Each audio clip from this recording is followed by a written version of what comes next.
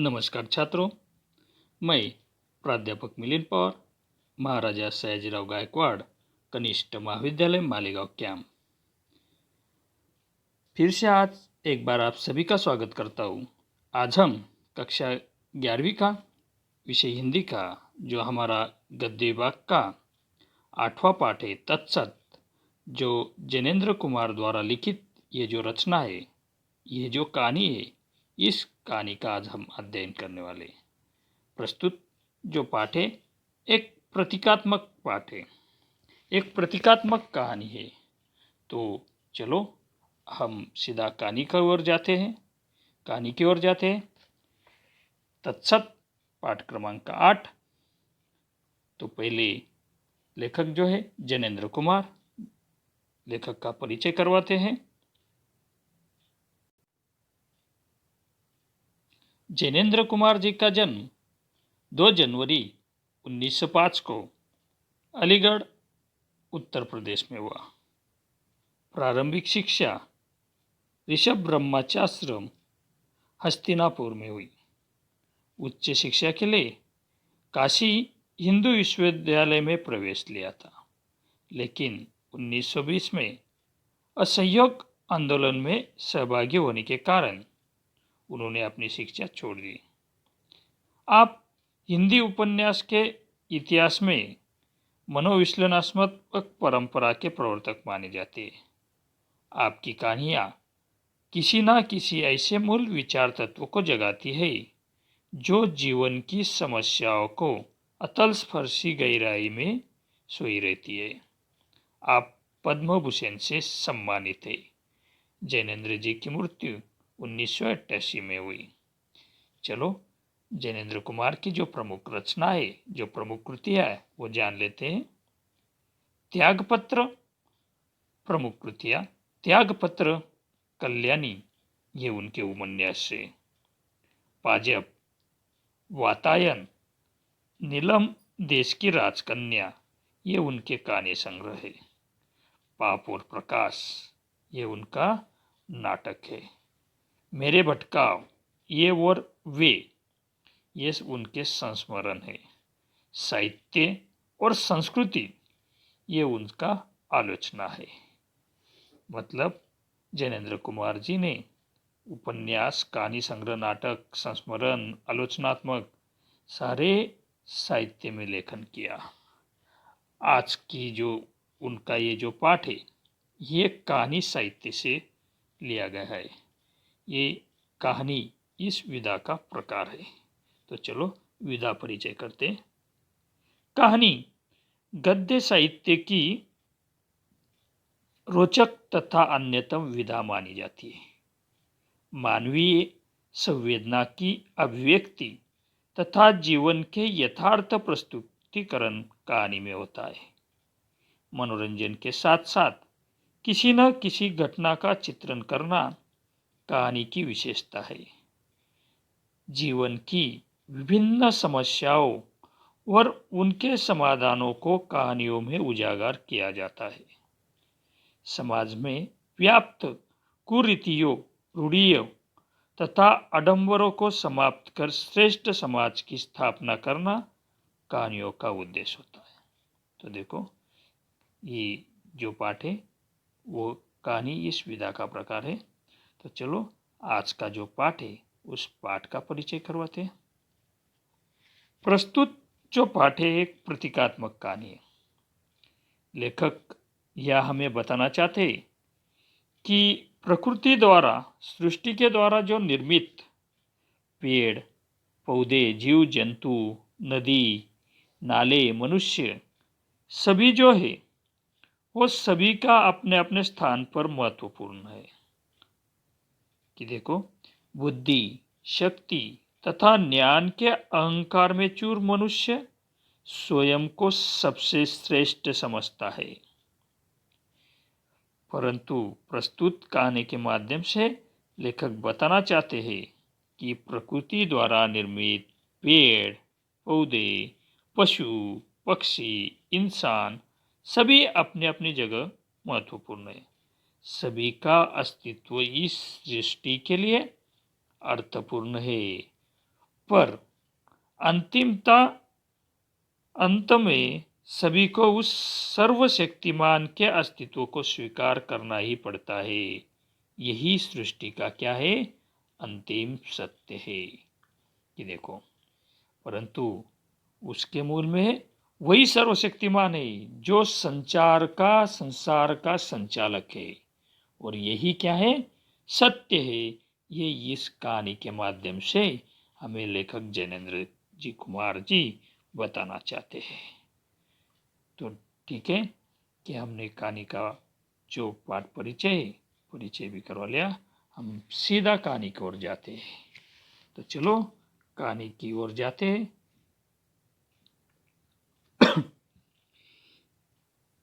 एक गहन वन में दो शिकारी पहुंचे। वे पुराने शिकारी थे, शिकार की टोह में दूर दूर घूमे थे, लेकिन ऐसा घना जंगल उन्हें नहीं मिला था। देखते जी में दहशत होती थी। वह एक बड़े पेड़ की छांव में उन्होंने वास किया और आपस में बातें करने लगे। कि देखो, प्रस्तुत जो कहानी है, कहानी की शुरुआत में ही जैनेन्द्र कुमार जी लेखक जी एक वन का दृश्य दिखाते हैं, जैसे कि आप फिल्मों में, मूवी में देखते हैं उसी प्रकार की कहानी। कि एक घन वन में दो शिकारी पहुंचे। कि देखो, लेखक क्या कहते हैं? एक घना जंगल, वन, उसमें क्या हुए, एक दिन दो जो शिकारी थे वो शिकार की खोज में एक बहुत घने वन में जा पहुंचे। कि देखो, वे तो क्या थे? पुराने शिकारी थे, मतलब वो वर्षों से शिकार करते थे, परंतु शिकार की टोर में वे दूर दूर घूमे थे। कि देखो, वो शिकारी होने के कारण बहुत से जंगलों में उन्होंने शिकार की थी, बहुत से जंगलों में वो जा पहुंचे थे, परंतु आज का जो जंगल था, आज का जो घना वन था, उसमें वो पहली बार आए हुए थे। कि देखो, आज उनको कैसा जंगल मिला था कि देखते ही जी में दहशत होती थी। कितना घना जंगल! कि देखो, कि देखते ही उनके जी में दहशत, घबराहट होने लगी थी कि इतना घना जंगल। कि देखो, आज तो उनको शिकार नहीं मिली थी, परंतु जंगल को देखते ही उनके मन में घबराहट होने लगनी थी। उनको ये जंगल देखकर, वन देखकर उनके मन में डर लगने लगा था। कि देखो, अब वो वहाँ एक बड़े पेड़ की छाया में उन्होंने वास किया और आपस में बातें करने लगे थे। उन्हें शिकार तो नहीं मिली थी, परंतु उस जंगल में जो बड़ा एक पेड़ था, उस पेड़ की छाव के नीचे वो आप क्या करने लगे थे? विश्राम करने लगे थे।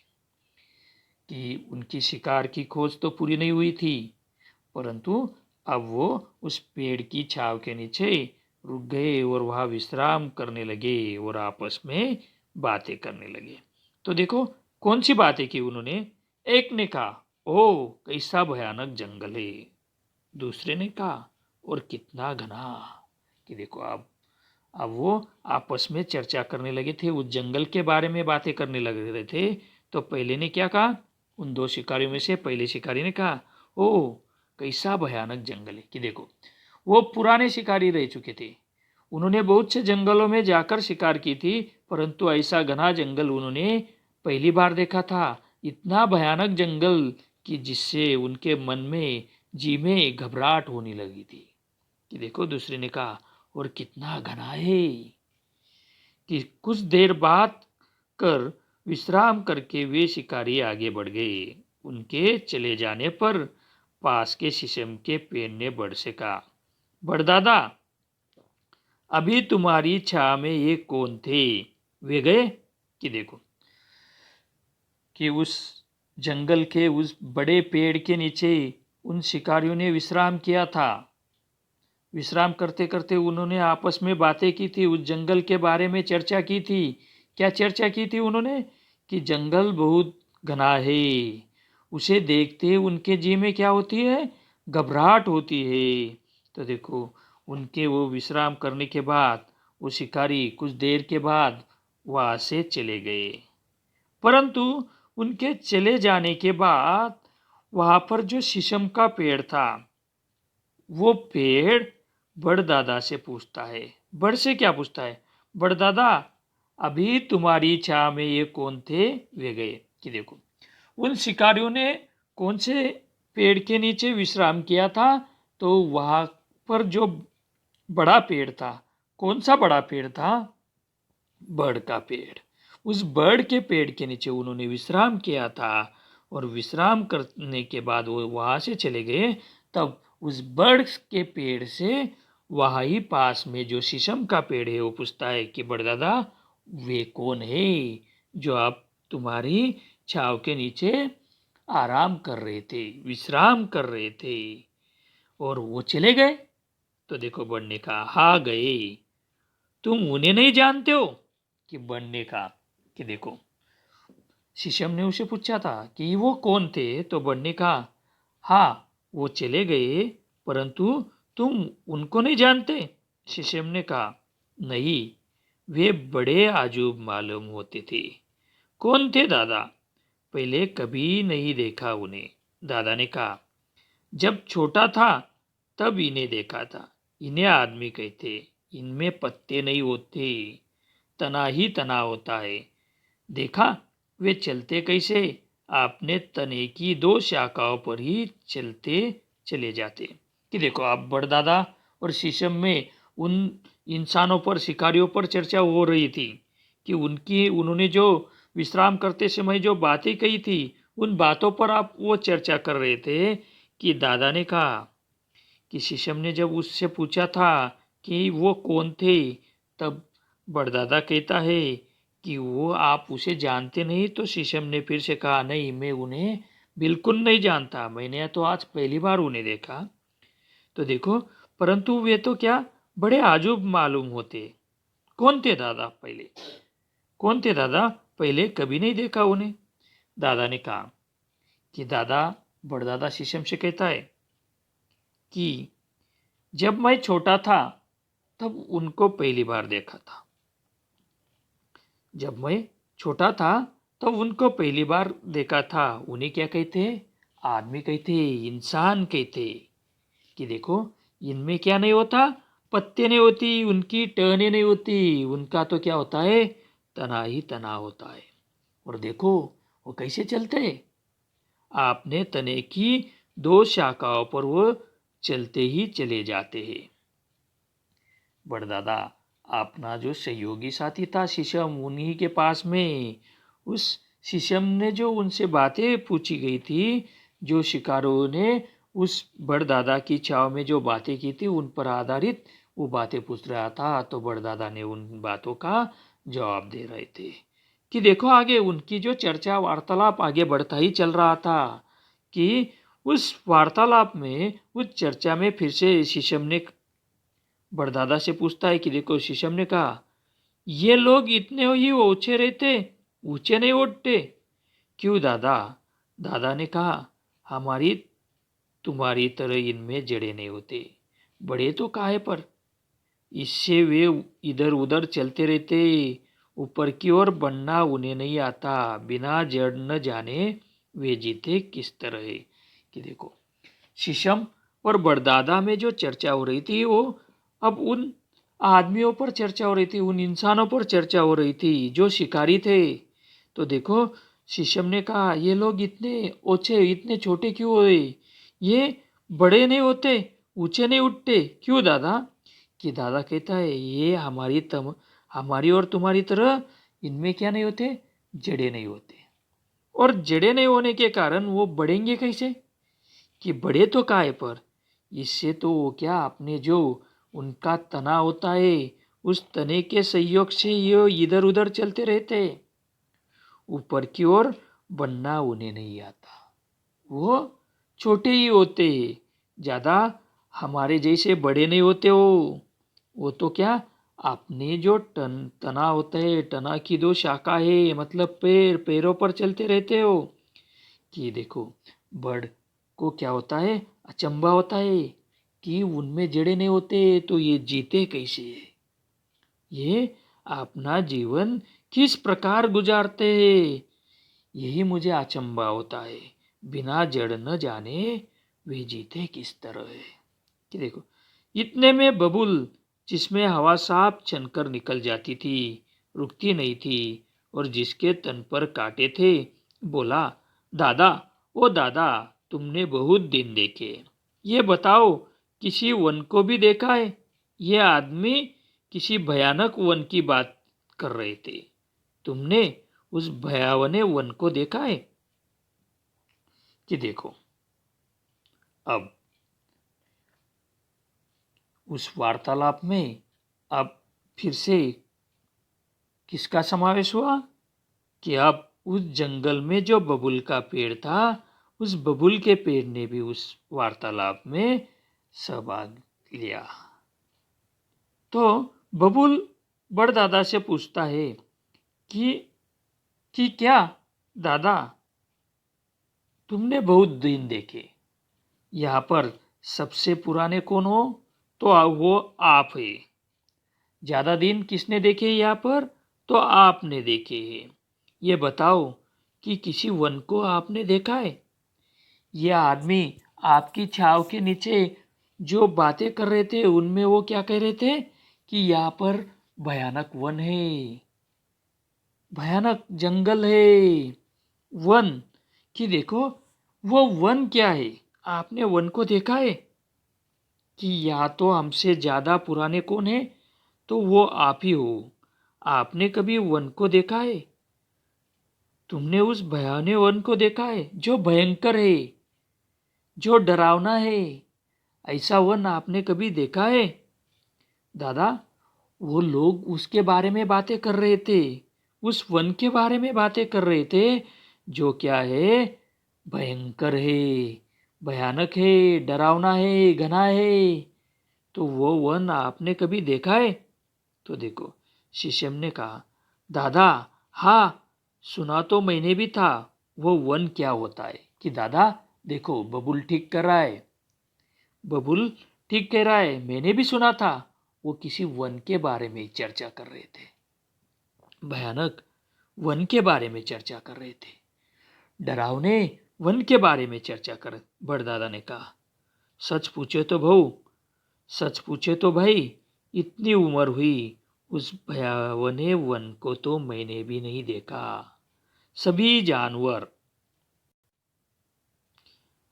जानवर मैंने देखे, शेर, चीता, भालू, हाथी, भेड़िया, पर वन नामक जानवर को मैंने अब तक नहीं देखा। एक ने कहा, मालूम होता है, वो शेर चीतों से भी डरावना होता है। कि देखो, अब ये जो वार्तालाप है, ये वार्तालाप चली जा रही थी। तो देखो, उस वार्तालाप में अब एक एक पेड़ सम्मिलित होने लगा, सहभागी होने लगा। तो पहले बबुल के पेड़ ने पूछा कि बड़दादा, आपने वर्षों देखे, आप सबसे पुराने हो, आपने कभी उस वन को देखा है? जो जिस वन के बारे में वो दो आदमी चर्चा कर रहे थे, उस वन को आपने कभी देखा है? तो बड़दादा ने कहा, सच पूछो तो भाई, कि सच पूछो तो भाई, इतनी उम्र मेरी हो गई, परंतु मैंने भी उस भयावने डरावने वन को नहीं देखा। मैंने तो सभी जानवर देखे, जो खूंखार है, जो नामक मतलब जो खूंखार, डरावने, जो सबसे शक्तिशाली बलवान जानवर है, वो सभी जानवर मैंने देखा है, जिसमें शेर, चीता, भालू, हाथी, भेड़िया, ऐसे जो भयंकर जानवर है, उन जानवरों को मैंने देखा है, परंतु ये वन नामक जानवर मैंने आज तक नहीं देखा। कि देखो, कि मैंने तो सुना है कि वो जो वन नामक जो जानवर है, वो शेर चीतों से भी डरावना होता है। कि देखो, बड़दादा ने कहा, डरावना जाने तुम किसे कहते हैं, हमारी तो सबसे प्रीति है। कि देखो, उस समय जब सभी पेड़ एक दूसरे से चर्चा कर रहे थे कि वन क्या है, वन को किसी ने देखा है, वन डरावना है, घना है, भयंकर है, परंतु बड़दादा किसी ने भी वहाँ पर जितने पेड़ थे उन्होंने कभी भी उस वन को, डरावने वन को नहीं देखा था। तब बड़दादा कहता है कि आप डरावने वन क्यों कहते हो? हमारी तो किसी के साथ दुश्मनी नहीं, डरावना जाना तुम किसे कहते हो? हमारी तो सबसे क्या है, प्रीति है। सबसे हमारा व्यवहार किस प्रकार का है? प्यार से, प्रेम भरा व्यवहार। तो हमारी मतलब डरने की हमें कोई बात नहीं, कोई ज़रूरत नहीं। हमारा व्यवहार सभी से तो क्या है, स्नेहपूर्ण है, प्रेमपूर्ण है, प्रेम से व्यवहार है हमारा, प्यार से व्यवहार है हमारा, तो डरने की ज़रूरत नहीं। तो देखो बबुल ने कहा, दादा प्रीति की बात नहीं है, मैं तो अपने पास कांटे रखता हूँ, पर वे आदमी वन को भयावना बताते थे। जरूर वो चीतों से बढ़कर होगा दादा, सो तो होता ही होगा। आदमी एक टूटी सी टहनी से आग की लपट छोड़कर शेर चीतों को मार देता है। उन्हें ऐसे मरते आपने सामने हमने देखा है, पर वन की लाश हमने नहीं देखी। वह जरूर कोई बड़ा खौफनाक होगा। कि देखो अब बड़दादा जब कहते हैं कि हमारी तो सबसे प्रीति है, मतलब हमारा सबसे स्नेहपूर्ण व्यवहार है, हमें डरने की कोई ज़रूरत नहीं, तब बबुल कहता, दादा प्रीति की बात नहीं, प्यार की बात नहीं। तो देखो मैं तो मेरे पास मेरे हथियार रखता हूँ, मेरे हथियार मतलब मैं मेरे पास कांटे रखता हूँ। पर दादा वो जो आदमी थे वो वन को भयावना बताते थे। वो वन के बारे में क्या चर्चा कर रहे थे? वो डरावने वन की चर्चा कर रहे थे, भयानक वन की चर्चा कर रहे थे, खौफनाक वन की चर्चा कर रहे थे। दादा वो तो होगा ही, क्योंकि कि देखो आदमी उससे डर रहे थे जो आदमी भयंकर से भयंकर शेर चीतों को एक टहनी से क्या करते हैं, टहनी के एक टहनी से आग लपेट छोड़कर शेर चीतों को मार देते। वो आदमी आज किससे डर रहे थे? वन से डर रहे थे। मतलब जो सबसे भयंकर जानवर है उस जानवर को, शेर चीतों का सामना कौन करता है? आदमी करता है। परंतु आज आदमी भी किससे डर रहा था? कि वन से डर रहा था। मतलब दादा वो तो है, वन भयानक है, वो जरूर क्या होगा, बड़ा खौफनाक होगा, बड़ा भयानक होगा, भयंकर होगा। कि इसीलिए तो वो आदमी उससे डर रहे हैं, इसीलिए आदमी उसे डर रहे हैं। तो ठीक है, इसी तरह उनमें बातें होने लगी। वन को उनमें से कोई नहीं जानता था। आसपास के पेड़, साल, सेमर, सिरस उससे बातचीत में हिस्सा लेने लगे। वन को कोई मानना नहीं चाहता था, किसी को उसको कुछ पता नहीं था, पर उसका डर सबको था।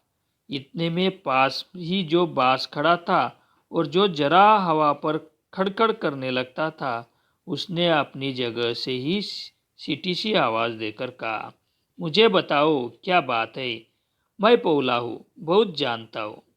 बड़दादा ने गंभीर वाणी से कहा, तुम तीखा बोलते हो, बात यह है कि बताओ तुमने वन देखा है?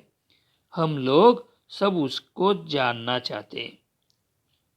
कि देखो अब वो शुरुआती बात सिर्फ दो पेड़ों में थी, बड़दादा और शीशम में। धीरे धीरे वो बातें जो उनके जो सहयोगी साथी थे, बाकी के जो पेड़ थे, उनमें भी वो होने लगी। कि अब उनमें एक चर्चा होने लगी, किसी ने वन को देखा है। वन तो क्या है, एक भयानक जानवर है, मतलब शेर चीतों से बढ़कर भयानक, भयंकर, खौफनाक ऐसा जो जानवर है वो है क्या है, वो है वन।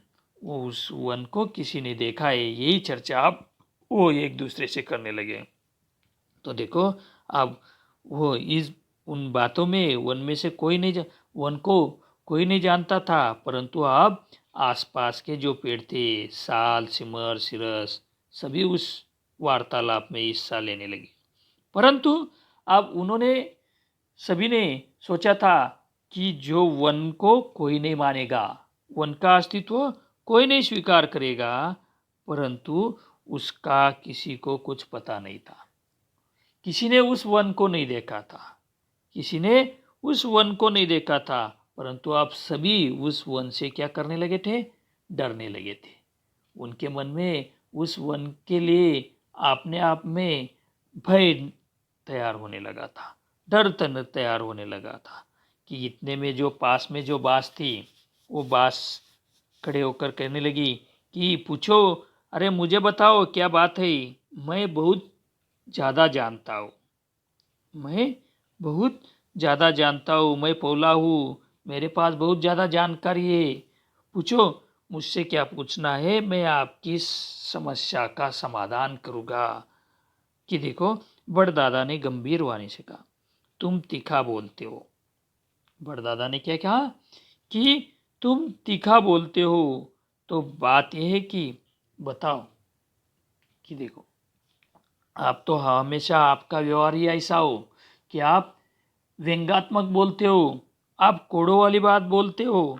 तो देखो, आप व्यंग्यात्मक बोलते हो, परंतु आपने कभी वन को देखा है? हम लोग सभी उसको जानना चाहते। कि देखो, इस सारे जंगल में हमने किसी ने भी वन को नहीं देखा, परंतु वन तो क्या है? भयानक है, डरावना है। उस वन को जानना, हम सभी को उस वन को जानना है। तो क्या आपने उस वन को देखा है? क्या आपने उस वन को देखा है? देखा है तो हमें बताओ कि वन कैसा है। वन तो हम उस वन से डर रहे, वन तो क्या है? भयानक है। और उस भयानक वन से हमें अपने आप में उससे डर लगने लगा है। तो देखो, आप वन के बारे में जानते होगे, तो हमें बताओ वन कहाँ है, वन क्या है। कि देखो, बास ने रीति आवाज से कहा, मालूम होता है हवा मेरे भीतर के रिक में वन वन कहती हुई घूमती रहती है, पर ठहरती ही नहीं। कि देखो, आगे जब बास ने उस चर्चा में सहभाग लिया, बास कहती है कि मैं जानता हूँ, तो मुझे बताओ कि मैं आपकी समस्याओं का हल करूँगा। परंतु बास भी उस समय कहती है कि मालूम होता है कि मेरे जो भीतर में ये हवा चली गई, वो भी क्या कह रही है? वन वन कहती हुई घूमती रहती, पर ठहरती ही नहीं।